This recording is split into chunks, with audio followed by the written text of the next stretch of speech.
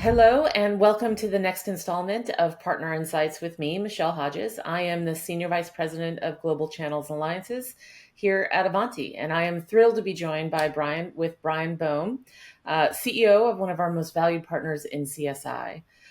Bryan, you want to introduce yourself a little bit before I key up our topic today? Sure. Thank you, Michelle. As Michelle mentioned, my name is Bryan Boam. I am the CEO of Network Consulting Services Incorporated. We've been an Avanti partner for well over 22 years now and have Wow. really enjoyed the relationship. Oh, great. Well, Bryan, today we're going to be talking about success through solution selling.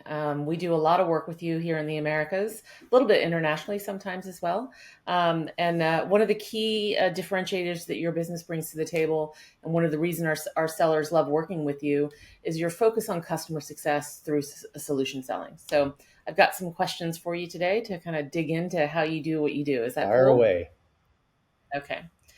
And so, for you within your organization, that whole concept of solution selling, how important of your whole narrative with your sellers and your and your service delivery folks is the concept of solution selling? Oh, it's paramount. If we don't understand what the customer is trying to achieve, what their business objectives are, crafting a solution is almost impossible. So we make it probably the number one thing when we talk to customers, just before we do too much with any of them, find out what they're trying to do to be able to craft that solution.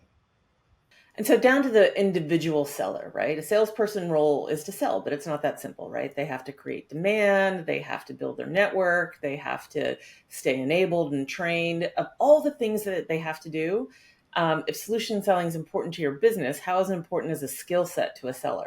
It's extremely important, and it's also a little difficult because just like in everything in life, you have people with different skill sets and different talents.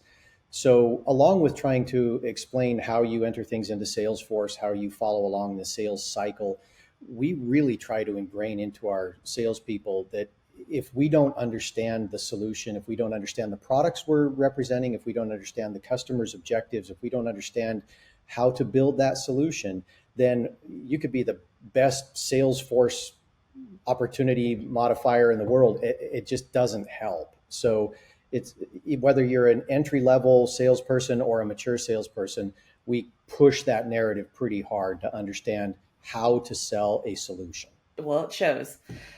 Your business model is very not only focused on the technology and the product, but also on consulting and professional services. How do you blend in that consultative approach, or how do you use that consultative approach in solution selling? Great question. When you sell relatively complex technology solutions, it's always kind of surprised me a little bit that even when you talk to customers that have been using technology for a long time, they may not understand even what their own 3 to 5 year plan, kind of what their longer Yeah. term objectives are. So we help them understand kind of the crawl, walk, run process and then get them into a discussion where they can understand what is achievable in the next year, what's going to be achievable in the next 2 years, what's going to be achievable in the next 3 years, et cetera. So helping them make a plan so that they don't just say, hey, we want to eat this elephant all in one bite. If we need to be able to build success on success. So having that kind of consultative approach where we're basically saying, hey, we can get an idea of what the long-term business objectives are. How do we put it down into bite-sized successes? So, my opinion, one of the reasons I think Avanti is a great partner destination is our breadth of portfolio, right? There are a lot of different products, lots of different solutions, but it allows you to take your customer on this journey towards really securing the remote and everywhere workplace, right? What and in that, one of the reasons our sellers love to work within CSI is you start with a customer and then slowly bring them along that journey, slowly or actually quickly in some cases, along that journey by selling more technology, upselling, broader portfolio. Can you talk about solution selling within that framework of why you're so successful around cross sell, upsell? Sure. In fact, we love that word journey. By the way, that's a Yeah, great way to say it. And part of the reason, I'm sorry, my little commercial for Avanti. Part of the reason we like dealing with Avanti is because yeah, when we build these solutions in other areas with other vendors, a lot of times the actual solution ends up being 3 or 4 different vendors involved in the products.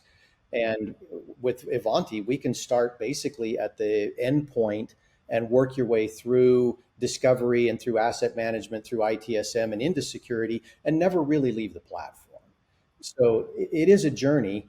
Part of that discussion at the very beginning is finding out where the customers are in their own journey. Maybe we're replacing an existing technology. Maybe we're introducing a new technology. So whether it's a quick journey or a slow journey, we love the fact that we can take that and stay inside the Ivanti platform a lot in that journey. Yeah. Another one of the reasons our sellers love to work with your team is your team does their homework around customers, right? They understand what the customer looks like. Can you talk a little bit about how you do that and how important it is to do your homework when you're working with a customer that you've identified or that a vendor has identified and wants to engage with you on? Oh, I agree. Homework is really important. I've had to tell my sellers a little bit that it's a little bit of a double-edged sword. If you do your homework, you're going to be using LinkedIn, you're going to be using, web searches, et cetera, to find out about that customer. But don't get into the specifics. Trying to regurgitate to the customer that you have done your homework looks a little, I don't know, a little fake. I don't know the right way to say it. Yeah. But not having that homework done, you don't know whether they're national or multinational. You don't know whether they have a large remote workforce. You're not even sure what the vertical is or what industry they're in. But if you do that homework, you can make sure that even from those very early on conversations, you can say, oh, we know you're in a healthcare organization and we know you go across multiple states. And therefore, we can start crafting solutions that fit into what we've already done historically and make sure that their journey matches up the journey in their same vertical. Yeah, super important.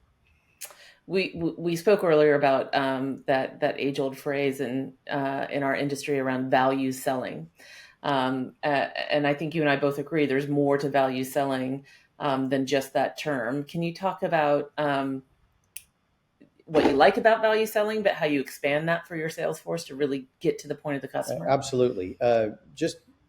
This is what we've seen in the industry, that value selling has had a little bit of a bad rap because it basically makes people sound like I'm trying to tell you why my hammer is better than your hammer or cheaper than your hammer or whatever, because we're talking about the value of a product, where in reality, the value selling, we like to push towards the end. Once we've decided that we've met the business objectives, we know what the solution should look like, we know what the journey is going to look like, then we can introduce into it, how is the value going to play in? Where are we going to be able to get our return on investment? How fast are we going to be able to get it? How often are we going to be able to get it?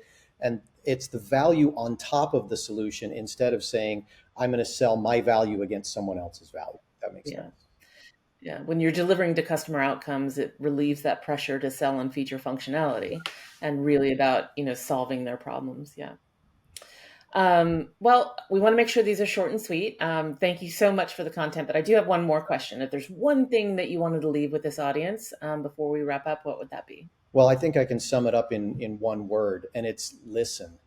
Too often we get into demos with other vendors or even with some of the customers, and they want to jump into, well, what does the console look like? And let me show you some PowerPoints about, marketing slicks or whatever. And you're talking more than the customer's talking. That doesn't end up well. If you can listen to what the customer says, get some leading questions. Tell me about your organization. Tell me about your experiences. Tell me about your challenges. And then listen to what they have to say. You will be able to immediately start crafting solutions that meet their challenges because you know what they are. Instead of saying, I don't care what your challenges are, I'm going to regurgitate to you what my value proposition is or what my slide deck says or what my console features are.